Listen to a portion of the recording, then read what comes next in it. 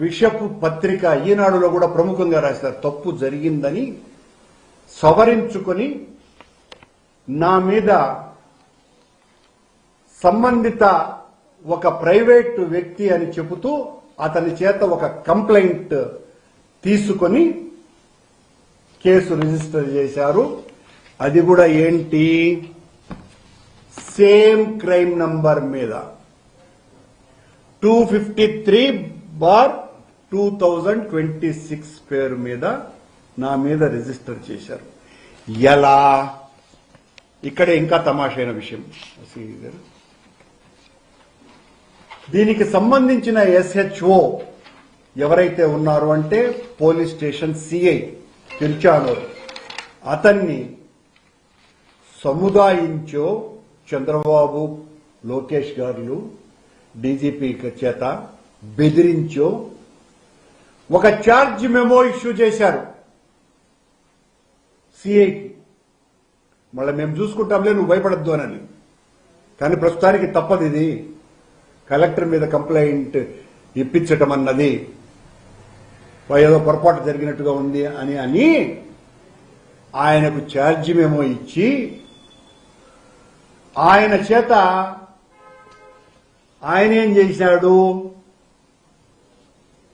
ఆయన సబ్మిటెడ్ అని నా మీద మరో కేసు రిజిస్టర్ చేసి the allegation pertains to the land situated in survey number 478 of Tanapalli village, Tirupati rural mandal. In pursuance of the above instructions of SP, I verified the locus standi of the person competent to lodge a complaint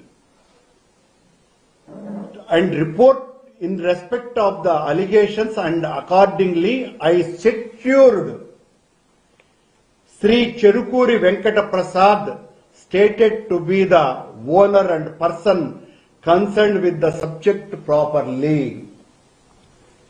అంటే ఈ మెమోను base చేసుకొని SP గారి మెమోని ఈ CI గారు ఈ వెంకటేశ్వర ప్రసాద్ అనేటువంటి వ్యక్తిని secure చేశారు.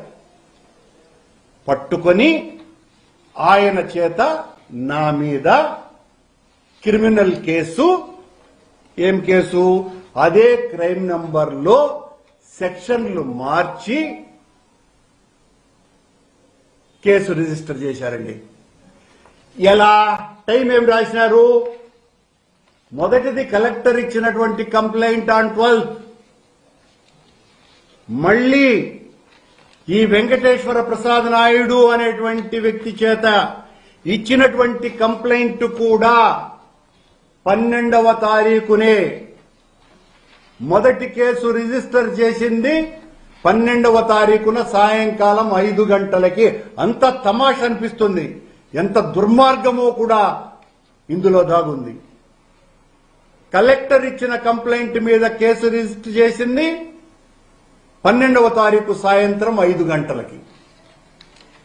ఆ తర్వాత మార్చుకొని కంప్లైంట్ 12వ తారీఖునే అని 12వ తారీఖున 5 గంటలకే కొత్తన ఎఫ్ఐఆర్ సేమే కొత్త సెక్షన్తో కేసు రిజిస్టర్ చేశారు. ఇక్కడే అసలు మెలికున్నది. నేను ఒక ప్రశ్న ఎప్పుడే వేసేస్తున్నా. లోకేష్ రెడ్ బుక్ రాజ్యాంగం ఎలా నడుస్తుంది అని చెప్పడానికి ఇందులో చాలా స్పష్టంగా ఆ SHO ఐ సెక్యూర్డ్ శ్రీ చెరుకూరి వెంకట ప్రసాద్ అని ఆ ఎఫ్ఐఆర్ లో ఉన్నది. అంటే పట్టుకున్నాడు. పట్టుకొని 12వ తారీఖు సాయంత్రం కేసు పెట్టినాము అని అన్నారు. నేను ఒక సవాల్ విసురుతున్నా ఇక్కడ. 12వ తారీఖున నిజంగా అతన్ని పట్టుకున్నారు మీరు. పట్టుకొని కేసు 12వ తారీఖు సాయంత్రమే రిజిస్టర్ చేసి ఉంటే తిరుచానూరు పోలీస్ స్టేషన్లో సీసీ కెమెరాలలో రికార్డు అయ్యుంటుంది. కనుక లోకేష్ కి నేను పోలీసు వాళ్ళని కూడా ఏమైనా పోలీసు వాళ్ళు పూర్తిగా పాపం ఆ ప్రభుత్వానికి లొంగిపోయే పని చేసినారు కాబట్టి ఛాలెంజ్ విసురుతున్నా ఆ సాయంత్రం 5 గంటలప్పుడు అతను వచ్చినట్టుగా సీసీ కెమెరాలలో బయట పెట్టగలరా? కానీ మాకు పోలీసు వాళ్ళు ఎంత మతలబు లోకేష్ ను అనుసరించి చేస్తారో మేము అంతే నిఘాతో పనిచేస్తాం ఒక రాజకీయ నాయకుడిగా. ఆ టైంలో కాకుండా ఆ రోజు కాకుండా మరొక్క రోజు ఈ వెంకటేశ్వర ప్రసాద్ చేత పోలీస్ కంప్లైంట్ ఇప్పించినట్టుగా పిలిపించుకొని మాకు సమాచారం ఉన్నది. ఇంకా ఆశ్చర్యకరమైనటువంటి విషయం ఏంటంటే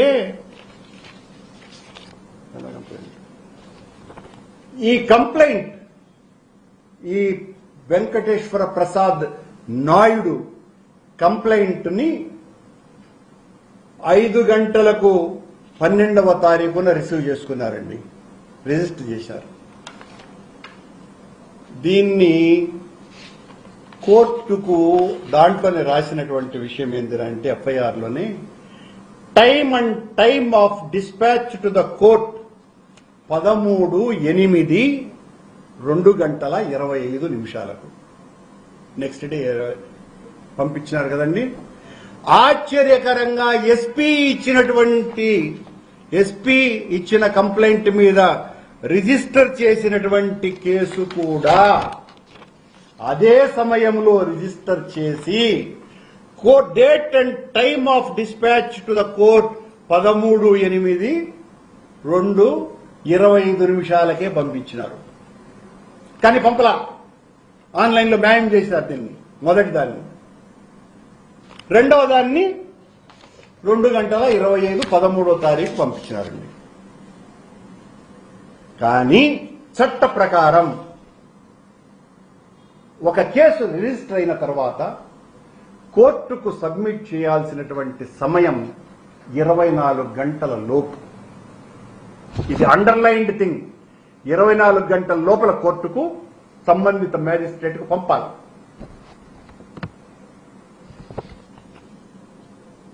పదమూడవ తారీఖున 2:25 కంటే మధ్యాహ్నం పంపించినామని చెబుతున్న వీళ్ళు రిసీవ్డ్ త్రూ, ఇది ఇంకా ఇంపార్టెంట్ మిత్రులారా, కోర్టుకు ఎప్పుడు వచ్చింది? రిసీవ్డ్ త్రూ హెడ్ కానిస్టేబుల్ 704 అనే కానిస్టేబుల్ ద్వారా తిరుచానూరు పోలీస్ స్టేషన్ నుండి 13/8/2026 సాయంత్రం 6:30 గంటలకు అందింది.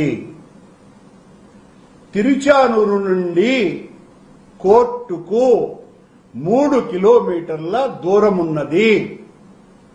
పాదయాత్ర చేసిన 3/4 గంటలో వెళ్లవచ్చును. కానీ 2:30 గంటలు ఆలస్యంగా, 1:30 గంటలు ఆలస్యంగా అంటే 24 గంటలకు ఆలస్యంగా దాదాపు 4:30 గంటల ప్రయాణం చేసి 6:30 గంటలకు కోర్టుకు ఇచ్చినట్టుగా ఉన్నది.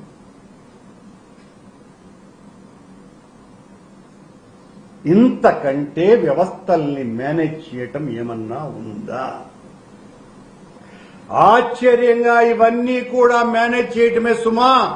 12వ తారీఖున ఒకే క్రైమ్ నంబర్తో ఒకే సమయంలో 2 కేసులు ఎఫ్ఐఆర్లు ఎలా రిజిస్టర్ కాబడుతాయి? ఒక కేసును 5 గంటలకు రిజిస్టర్ చేశారండి. మరో కేసు రిజిస్టర్ చేయాలంటే కనీసం 5 గంటల 10 నిమిషాలన్నా కావాలి కదా. 5 గంటల 10 నిమిషాలు కూడా కాల, సరిగ్గా 5 గంటలే. 12వ తారీఖున 5 గంటలకే 2 కోర్టుకు డిస్పాచ్ చేసిన సమయం కూడా ఒకటే, 2:25 ఈ చెరుకూరి వెంకట ప్రసాద్ నాయుడు అనేటువంటి వ్యక్తిని ఓ అర్ధరాత్రి మరుసటి రోజు పిలిపించుకొని నీ మీద చాలా కేసులున్నాయి కదా, ల్యాండ్ గ్రాబింగ్ కేసులు కూడా నడుస్తున్నాయి కదా, సివిల్ డిస్ప్యూట్లు ఉన్నాయి కదా, నీకు అభయం ఇస్తున్నాము, మా నాయకుడు లోకేష్ గారు చెప్పినారు అని ఆయన దగ్గర కంప్లైంట్ తీసుకున్నారు. అది ఈ కథంతా, ఈ తతంగమంతా అలా నడిపినారు. ఆయన గారి మీద, వెంకటేశ్వర ప్రసాద్ గారి మీద హైకోర్టు చాలా స్పష్టంగా 13వ తారీఖు సాయంత్రమే ఇతని మీద అనేక రకమైనటువంటి పిటిషన్ మీద సివిల్ డిస్ప్యూట్స్ ఉన్నాయి అన్నటువంటి విషయాన్ని కూడా చాలా స్పష్టంగా హైకోర్టు పేర్కొన్నది కూడా. పేర్కొనే నాకు దాని మీద స్టే విధించటము జరిగింది.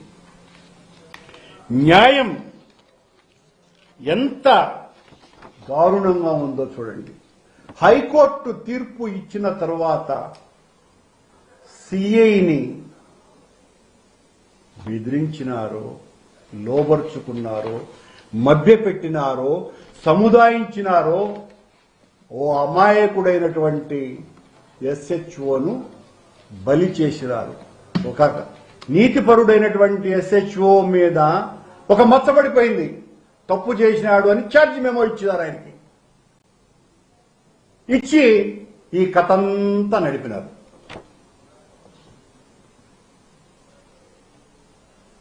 ఇది జరుగుతున్నటువంటి లోకేష్ రెడ్ రాజ్యాంగం యొక్క పని.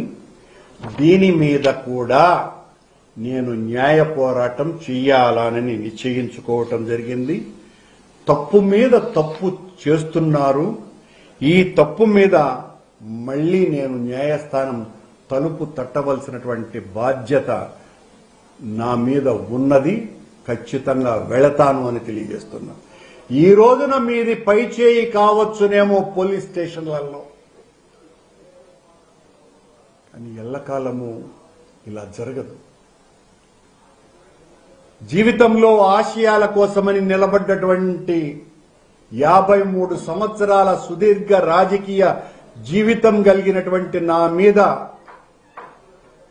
ఒక గూండాగా, ఒక ల్యాండ్ గ్రాబర్గా తప్పుడు కేసులు బనాయించి నన్ను ఇబ్బంది పెట్టాలనుకొని సంతోషపడితే మీకు సంతోషం మిగులుతుంది కానీ నాకు బాధ కలగదు.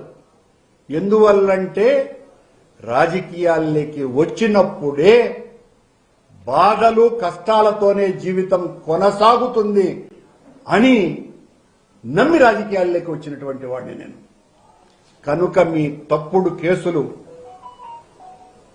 ఈ రకంగా సాగుతున్నాయి. ఇంతగా మోసాలు, అన్యాయాలు ఈ చంద్రబాబు ప్రభుత్వం నాకే 2 సార్లు శాసనసభ్యునిగా, 2 సార్లు టీటీడీ చైర్మన్ గా, 3 సార్లు టీటీడీ బోర్డు సభ్యుడిగా, ఒకసారి తుడా అధ్యక్షునిగా సుదీర్ఘ రాజకీయ ప్రస్థానం కలిగినటువంటి వ్యక్తినైన నా మీదే ఇంతగా దుర్మార్గాలు జరుగుతున్నాయి అంటే ఇక సామాన్యుడికి ఈ రాష్ట్రంలో న్యాయం జరుగుతుందా? న్యాయం ఒక ఎండమావే. ఇక్కడ చట్టం లోకేష్ దే. లోకేష్, చంద్రబాబు అన్ని వ్యవస్థలని, ఎన్ని వ్యవస్థల ద్వారా ప్రజలకు మేలు చేయగలమో ఆ అన్ని వ్యవస్థలని చెడు చేయటానికి లోకేష్ వాడుతున్నాడు అనటానికి ఇంతకంటే ఉదాహరణ మరొక్కటి లేదు అని తెలియజేస్తున్నా.